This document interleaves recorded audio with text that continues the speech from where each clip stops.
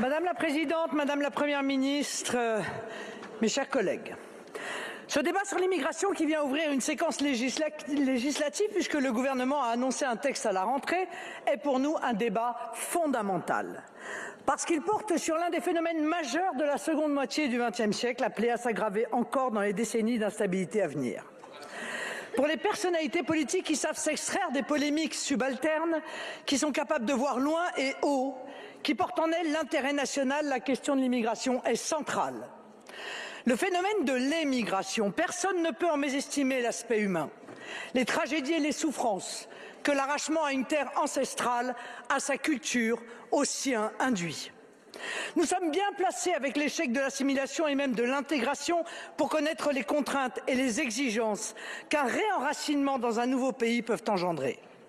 Pour les hommes d'État, comme demain pour les historiens, l'immigration soulève plus largement la question des grands flux démographiques qui doivent impérativement, sous peine de crise, de tension ou de drame, être régulés par les États souverains. L'histoire du monde tient souvent en une donnée, la démographie.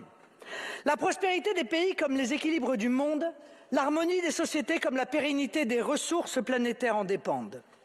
La seule Afrique passera entre 1950 et 2100 de 227 millions d'habitants à 4,5 milliards. Pour ces pays, c'est un défi considérable. Pour les nôtres, c'est un défi encore plus grand, parce que l'immigration anarchique et massive signifie la fin de nos équilibres sociaux, une atteinte à l'harmonie culturelle de nos pays, la contestation de nos valeurs et parfois de nos libertés, et à la fin, un risque pour la sécurité et même la paix civile, situation dramatique que connaît aujourd'hui Mayotte.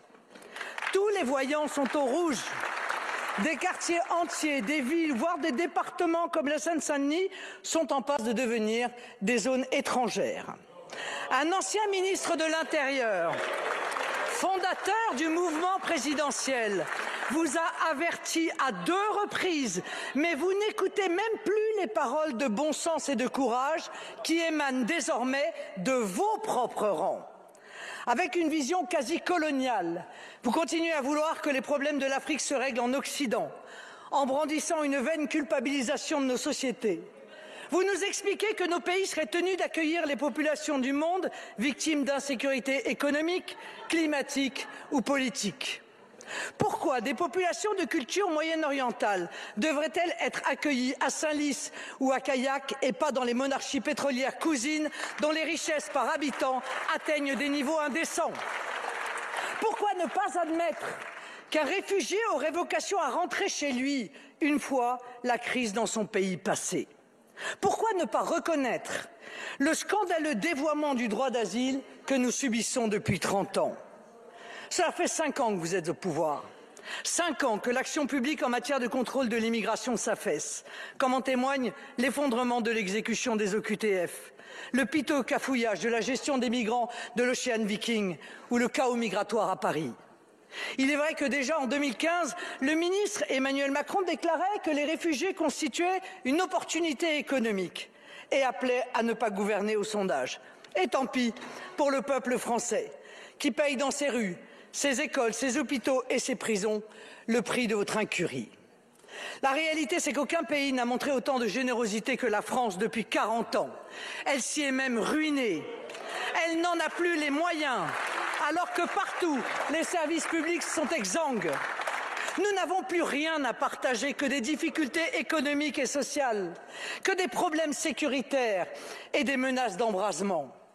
Nous sommes entrés, sous la présidence d'Emmanuel Macron, dans des logiques de pénurie, de restriction, de rationnement, de rupture énergétique, en bref, de tiers-mondisation accélérée. Comment peut-on, dans ce malheureux État, prétendre jouer les généreux donateurs ou les sauveurs du monde? La question de l'immigration est un océan de mensonges, de manipulations, de non-dits et de culpabilisation permanente. Mensonges et manipulations, quand après nous avoir expliqué faussement que l'immigration était arrêtée depuis 1974, les campagnes de propagande d'État ont professé qu'elle était une chance pour la France. Aujourd'hui, tout est fait pour l'invisibiliser, pour faire croire qu'elle n'existerait pas, ou pire, qu'elle serait inéluctable. Non-dit et culpabilisation, quand les pouvoirs publics s'ingénient à manipuler le nombre de clandestins en recourant à des régularisations incessantes, celui des étrangers par des naturalisations massives. À nier le poids écrasant de l'immigration dans l'explosion de l'insécurité. Dans le même temps, on refuse d'évaluer le nombre d'illégaux présents sur le territoire, on refuse d'estimer l'impact social de l'immigration ou à en déterminer le coût total. La vérité, c'est que les immigrationnistes sont conscients que les peuples attachés à leur culture et à leur mode de vie, ces peuples qui ont encore un instinct de vie ou de survie, qui ont combattu durant des siècles pour leur liberté et leurs valeurs, ne veulent pas de cette submersion. Pour les dirigeants français ou européens, habités par une vision globaliste qui chaque jour se fracasse sur la recomposition du monde, l'immigration n'est pas un problème, mais un projet. Un projet qu'il faut imposer au peuple par le mensonge, parfois par l'omission, par la manipulation et par la politique du fait accompli. Permettez-moi une confidence. Je préfère encore des immigrationnistes assumés, comme nos collègues de la France insoumise, et leurs projets faussement humanistes, mais sans équivoque de créolisation, aux immigrationnistes honteux qui peuplent la vie politique depuis 40 ans. Ces partisans du laisser-aller et du laisser-passer qui s'abritent derrière des discours prétendument fermes pour laisser se poursuivre en sous-main la submersion de nos pays, qui s'abritent derrière des motifs pseudo-humanitaires pour laisser se dérouler devant nos yeux un gigantesque trafic d'êtres humains. Vous l'avez compris, et compris depuis longtemps, ceci n'est pas notre projet. Nous croyons aux nations et aux peuples. Nous croyons que les hommes sont des êtres qui se définissent par des filiations et des affiliations, des allégeances et des interdépendances, des histoires personnelles et collectives qui font d'eux des êtres d'affection familiale, d'appartenance culturelle, d'attachement national. Ils ne sont pas, comme vous le professez, des anywhere, selon la formule de David Goodhart, des nomades destinés à errer dans un monde indifférencié, des créatures interchangeables. Ils ne peuvent résumer leur vie à des actes de production et de consommation. Il n'est de pire faute morale que de déraciner quelqu'un, de le priver de son histoire, de sa mémoire ou de sa terre. C'est pourquoi nous pensons que l'émigration est la dernière des solutions. Cela signifie que le monde, et pas seulement l'Europe, doit s'engager dans une politique d'aide au développement des pays pauvres, une aide au développement qui profite réellement à leurs habitants et non à leurs dirigeants corrompus. Cela signifie que la question des réfugiés doit être traitée régionalement dans le cadre de cités Asilia, des cités d'accueil installées au pourtour des zones en crise.